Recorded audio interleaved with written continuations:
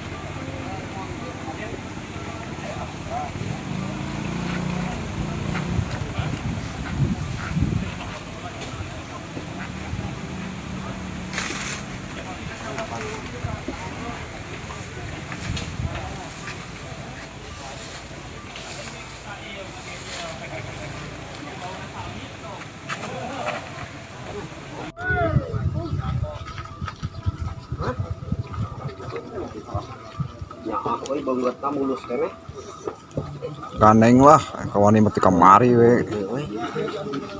Sampaikan terkait dengan perkembangan perkara, dan tentunya ini kami sampaikan yang pertama dulu adalah tindak pidana pembunuhan berencana secara sadis yang terjadi di Kecamatan Sukaresmi, Kabupaten Cianjur. Beberapa waktu yang lalu telah terjadi pada tanggal 5 Mei 2025 tepatnya di Kampung Cikadongdong ya, di Kecamatan Sukaresmi telah terjadi pembunuhan yang direncanakan. Ini berawal dari warga atas nama Bebe dan Andi menemukan tengkorak kepala dan rahang di kebun pada saat membersihkan rumput. Nah, kemudian pada hari yang sama juga ditemukan pukul 12, mulai pukul 20, ditemukan kembali oleh warga pada saat membersihkan sampah saringan bendungan irigasi. Yang tentunya ini adalah potongan tulang kedua kaki dan kedua tangan yang menyangkut di saluran irigasi. Kemudian mengetahui hal ini, tim Satreskrim bersama dengan Polsek langsung bergerak menyelidiki peristiwa yang terjadi. Nah, kemudian didapatkan keterangan dari warga bahwa ada keluarga yang cenderung tertutup, yang setelah kita lakukan penyelidikan dan mendatangi rumahnya sudah ada tanda-tanda yang tanda-tanda yang sudah mencurigakan. Di antaranya bau yang menyengat, kemudian juga setelah diperiksa handphone ada juga foto mayat yang sudah hitam yang diduga adalah sebagai korban di tempat tersebut. Jadi udah banyak lalat, kemudian bau yang menyengat. Ini merupakan tanda-tanda kejanggalan. Nah, kemudian tim semakin yakin bahwa ada peristiwa yang diduga sebagai pembunuhan. Dan setelah dicocokkan dari potongan-potongan tersebut, ternyata identik dengan korban pembunuhan yang telah terjadi. Berdasarkan keterangan dari warga, kurang lebih 2 minggu di rumah tersebut diisi oleh seorang ibu, anak, dan ibu kandungnya serta suaminya, yang memang cenderung, menurut keterangan, cenderung tertutup, kurang bersosialisasi. Kemudian setelah mendatangi rumah tersebut, tentunya dilakukan pemeriksaan, dan pada tanggal 6 Mei sekira jam 10, setelah dilakukan penyelidikan yang matang, kemudian diambil kesimpulan bahwa ini adalah peristiwa pembunuhan.